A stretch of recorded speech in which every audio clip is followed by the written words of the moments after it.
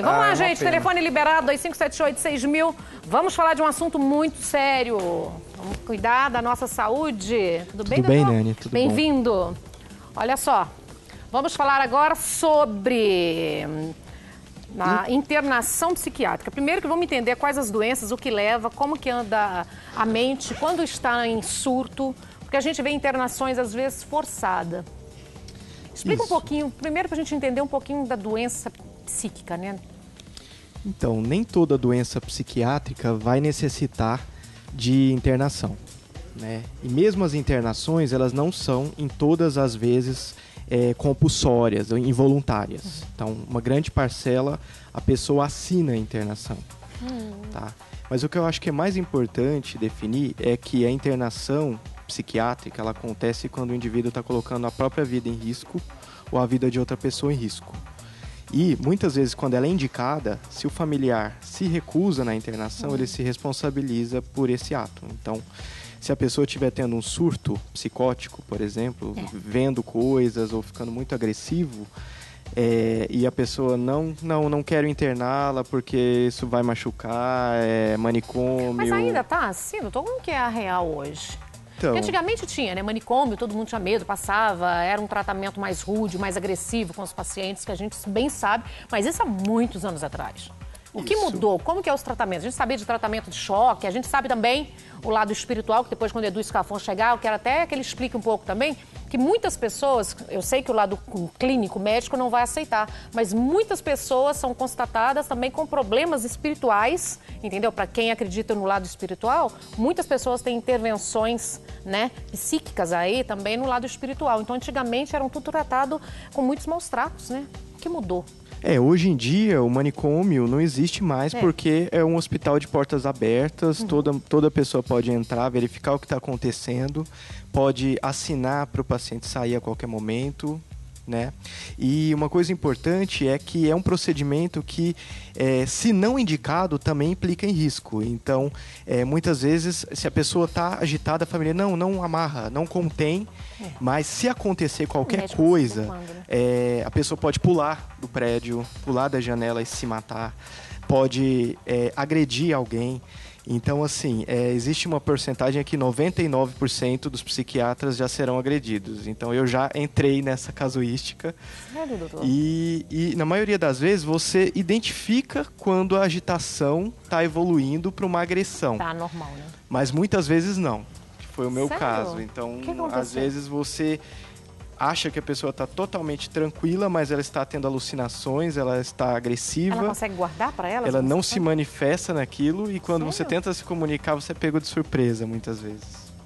Gente, e então, o que acontece? Quais os casos mais graves, assim, para levar à internação? De doenças que eu tô falando, psíquicas? Então, as psicoses são os casos mais graves, ou seja, quando a pessoa não está enxergando essa realidade que a gente está enxergando. E ela não agride porque ela quer.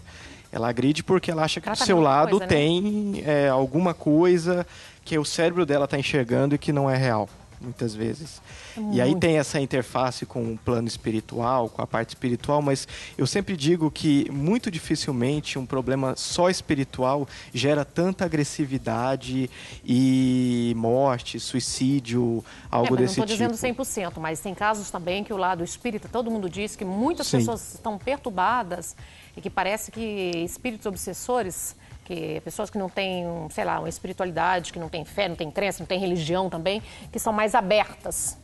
Eu digo que toda doença a pessoa pode sim estar numa vibração mais negativa, né? Pode ser um câncer, pode ser doença que você cai no negativo. Qualquer doença. É que na doença psiquiátrica, por ser comportamental no jeito da pessoa, a gente tende a atribuir mais, a pensar mais nas coisas espirituais. Mas toda pessoa que está doente, ela está assim, com um pensamento negativo, mais preocupada. Não consegue sair sozinho, né? Vamos falar a real. Quando a pessoa está em crise mesmo, depressão profunda, crises psicóticas, a pessoa não consegue, em muitos casos, não consegue sair sozinho, né? Então, quando a psicose é induzida por drogas, por exemplo, cocaína, LSD, êxtase, então drogas que são utilizadas, normalmente isso promove uma alteração no cérebro e depois melhora, sem medicação nenhuma.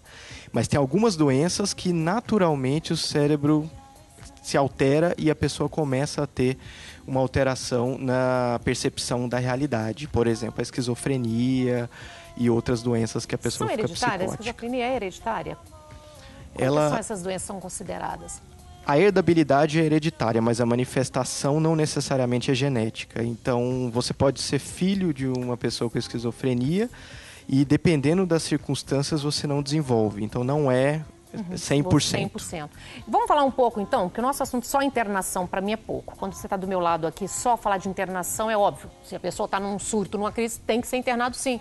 Você está colocando os familiares, a família, o parente, o amigo em risco e a própria vida, é caso de internação, sim. Querendo ou contra a vontade. Eu quero saber, por exemplo, caso de pessoas, por exemplo, droga. Eu fiz a pauta outro dia sobre essa droga que me assustou muito. Essa agora que é o sais de banho, considerada aí, que é a droga agora do apocalipse, né? Você já viu essa aqui, o canibalismo? Provoca o canibalismo nas pessoas? É muito comum, quando nós estamos no hospital psiquiátrico, nós recebemos familiares que estão cansados de conviver com a pessoa que é dependente química e a vontade dela é: interna essa pessoa, eu não aguento mais, me livra disso. Não é bem assim que funciona. Então, a internação psiquiátrica, a pessoa tem que estar pondo em risco. E no caso de droga, a pessoa só vai estar assim, psicótica, alterada, se ela estiver intoxicada no momento. Então, mesmo o usuário de cocaína, passa alguns dias, a pessoa recobra a consciência. Então, não tem como um familiar internar pela vontade dele um filho ou um marido só porque ele usa drogas, ela quer deixá-lo lá trancado para que ele pare de usar drogas. Isso já é sabido que não é eficaz. Manter a pessoa 30 dias presa e depois solta não vai modificar o uso de drogas por si só. Então, essa é a principal busca por internação psiquiátrica nos pronto-socorros. Não é só familiar. A gente tem que falar, né? Doutor, vamos puxar um assunto com você que é sempre polêmico. Esses maníacos, esses crimes em série, essas pessoas que... Todo crime que acontece, né, gente? A gente conhece aqui vários casos na televisão. Aí, de repente, vem o advogado e fala: tem problemas psiquiátricos.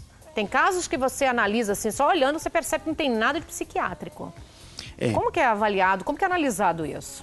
Principalmente porque quem tem problema psiquiátrico tem um histórico de alterações comportamentais. Então, assim, nos casos quando a gente vê essas séries americanas, onde tem assassinos em série e que eles são presos e são levados para manicômios judiciários, que são hospitais onde eles ficam presos, tem na história de vida já, lá durante a adolescência, eles assassinam cachorros, assassinam animais, tentam assassinar a professora, na adolescência tenta assassinar um colega de escola, na vida adulta entra num cinema e assassina todo mundo.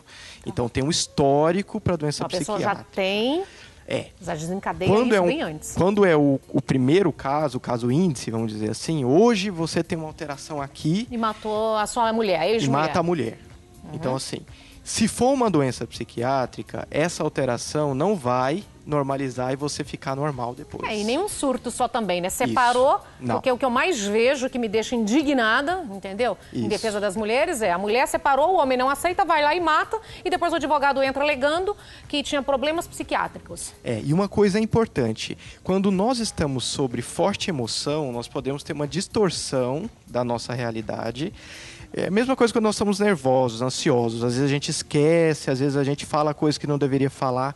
Sob forte emoção, nós podemos emitir alguns comportamentos que são não tão compatíveis com a nossa personalidade. Então, por isso que existe o atenuante na lei, um crime passional, um crime movido sobre forte emoção. Isso atenua um pouco a pena do... Por exemplo, se o marido pega a mulher traindo. E aí ele assassina, pega o marido traindo. Vamos lá, vamos inverter. Porque os dois. Então, as duas coisas, se houver um crime nesse momento, existe um atenuante, porque se sabe que isso era lei antigamente, uma forte emoção poderia... Um país machista como o nosso, eu fico indignada, eu tenho que falar, doutor, eu fico indignada como mulher, que saber que até 1900 e, sei lá, se era 50, 60, era a lei da honra, lavar a honra, podia matar, não era preso em caso disso. Mas assim, coisa, mesmo doutor? se não for pela honra, se for só pela emoção, a mulher também, por exemplo, se Daria o comete, mesmo por direito. exemplo, saiu na televisão outro dia o caso da mulher que matou o marido, depois ficou totalmente arrependida, porque pode haver essa forte emoção. Isso não é uma doença psiquiátrica, isso não atenua o crime, é um crime, é um ela vai crime ser presa, pensado. a lei diminui um Você pouco. consegue ter essa noção, doutor? Por exemplo, se eu estou muito nervosa, peguei meu marido me traindo ali. Isso dá um surto na hora, né? A gente dá aquele nervoso. Mas isso consegue passar rápido? Isso é uma alteração cerebral normal. Isso que eu tô falando, mas é quanto tempo? São segundos? Segundos. Então você consegue ter esse controle? Segundos. Se a pessoa é pega... Respirar. O que a gente recebe, por exemplo, às vezes no hospital psiquiátrico. Às vezes a pessoa vem, trazida pela polícia, tá agitada, nervosa, e ela começa a simular uma doença psiquiátrica. Eu estou vendo coisas aqui, pelo amor de Deus. Aí a enfermeira aqui do lado vira e fala, olha, ela não tem problemas psiquiátricos. A pessoa para de ter alucinação na hora. Eu tenho problemas psiquiátricos. Não, respondeu, já não tem. Claramente, isso não é uma doença psiquiátrica. Doutor, vou liberar o telefone, que senão já entro, né, o feminista. Ei, Robson Trindade. Diga, meu bem, diga, Amorim. Boa tarde, doutor Diego Tavares. E a minha pergunta é, sociopata e psicopata, qual a diferença entre essas duas patologias, doutor? Então, o transtorno de personalidade, né, antissocial, que é o termo mais aceito atualmente, muitas vezes acha que a pessoa antissocial é aquela pessoa que não gosta de estar em público. Não, isso aí é fobia social, é medo da exposição, ansiedade de falar em público. Então, muitas vezes fala, eu sou antissocial. Não, antissocial é um transtorno de personalidade grave que remete aos antigos psicopatas, que também não é uma pessoa que cometeu um crime, é antissocial, é psicopata, não. Tem toda uma carreira e, normalmente, essas pessoas estão inseridas no meio social, bem inseridas, diga-se por passagem, em altos cargos, mas que, no histórico, é possível identificar comportamentos onde ela, para alcançar o objetivo dela, ela consegue derrubar todo mundo e ainda se sair como uma pessoa que tentou ajudar, que tentou colaborar. São extremamente inteligentes. Mas porque são inteligentes, mas eles têm existe uma alteração cerebral para isso. Por mais difícil a gente aceitar, nossa, mas é um psicopata e tudo. Não, ele tem que ser preso pelos crimes. Não estou dizendo que isso vai atenuar os crimes. Sim.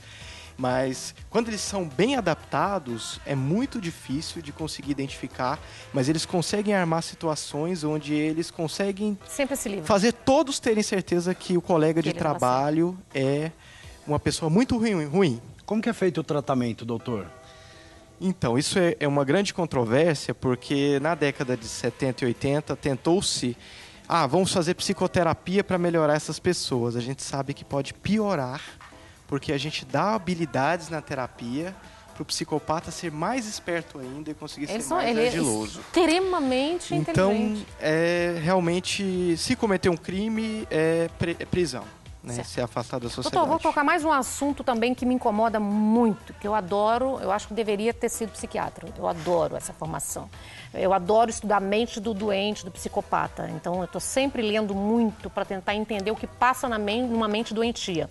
E me incomoda muito hoje essa febre, esse surto de pedofilia. Nossa. Eu queria entender a mente de um pedófilo. O que passa nessa mente? O que leva um ser à pedofilia? Bom, a pedofilia, ela é um transtorno da sexualidade, no qual, ao longo do desenvolvimento sexual, ou seja, no qual o indivíduo começa a ter identificação sexual daquilo que gera atração sexual, que gera erotização, ele começa a ter uma distorção e começa a direcionar a sua sexualidade para crianças e adolescentes, ou seja, pessoas que estão fora da faixa etária da qual ele deveria se interessar sexualmente. Principalmente porque crianças e adolescentes podem estar vulneráveis diante de um adulto, por exemplo. Porque o adulto já tem um cérebro que entende a manipulação sexual, entende onde eu quero chegar, convidando para sair, agradando, tratando bem. Então é uma mente mais ardilosa. Então, normalmente, tem um transtorno de personalidade que pode ser o transtorno de personalidade antissocial, o psicopata também, não necessariamente. Mas a grande questão na pedofilia é que Normalmente, a pessoa que promove a pedofilia, ela não abusa sexualmente, diretamente da pessoa, mas ela seduz a criança ou o adolescente, o que é pior. Por quê? Porque a criança que está no seu desenvolvimento sexual, que está começando a entender o que é sexualidade, ela já começa essa carreira do desenvolvimento sexual já sendo, entre aspas, vítima de uma sedução, de uma manipulação. Uma mente doentia. É uma mente doentia, né? Nós temos que continuar mais nesse assunto, viu? Porque esse é um assunto que foi levantado agora, que está sendo preso vários estados do Brasil aí, viu, gente? Pedófilos, viu? Graças a Deus que a internet em algumas coisas aí ajuda muito, né? Está sendo espalhado aí pelo país todo, e levantado e preso muitos pedófilos. Então, as mães e os pais aí, cuidado com o computador aí, com que o seu filho acessa também, viu? Bloqueia, coloca senha, tenta, porque agora, mesmo em joguinhos infantis... Joguinhos infantis, eles estão presentes nos joguinhos, viu? Fazendo perguntas. Porque outro dia eu abri o meu computador, num joguinho que a Moira pediu para ver no meu computador, estavam falando coisas obscenas para a Moira, que tem 7 aninhos, só que ela ainda não sabe ler perfeito, mas pausado. Eu vi aqui, então, quer dizer, eles entram nos joguinhos infantis, nesses games, para crianças. Bizarro, Nani, bizarro. Bizarro. Até tem uma pergunta pertinente aqui de uma telespectadora, Joana de Góes, lá de Recife. Ela quer perguntar para o doutor Diego se a anfetamina pode mudar a alteração cerebral e gerar um comportamento psíquico diferente. Pode. A anfetamina, ela é uma substância química que ela promove um estado eufórico do humor. Então, a gente esteve falando aqui algumas semanas sobre o transtorno bipolar, onde a pessoa naturalmente tem um surto eufórico, fica sem dormir, acelerada. Isso a anfetamina pode provocar. Em alguns casos de muita intoxicação, a pessoa pode também ter sintomas psicóticos. Então, por isso que a gente presencia muitas vezes no pronto-socorro, pessoa que chega de rave, de festas onde consumiram drogas, entre elas a anfetamina, muitas vezes sem saber que a droga está diluída na bebida, e a pessoa tem um surto psicótico. E nesse surto psicótico ela pode, inclusive, ser estuprada, pode, inclusive, ser levada para qualquer lugar. Ela fica vulnerável. Então, não só agressiva, mas vulnerável para qualquer atitude. Por isso que acontece o Boa Noite Cinderela. Doutor, é maravilhoso. Eu ficaria horas e horas, sabe, o tempo nossa corrida. Depois vamos falar sobre esse Boa Noite Cinderela, próxima pauta. Tá? Vamos falar sobre essas drogas de efeito em festas, em raves, em baladas? Sim. Você pode deixar algum site, algum telefone, algum e-mail? Então, o nosso Facebook, Psiquiatra Diego Tavares, e o Instagram também, Psiquiatra Diego Tavares. Obrigada, meu médico. Obrigado. Esse é o homem que entende a nossa cabeça. Literalmente, depois dessa. Mais ou menos. Mais ou menos, né? Esse consegue entender, hein? Eu vou pro intervalo comercial e a gente volta já já. Edu Scafon já tá na área, viu, gente? Aí vamos entender um pouco o outro lado. Libera o som de quem?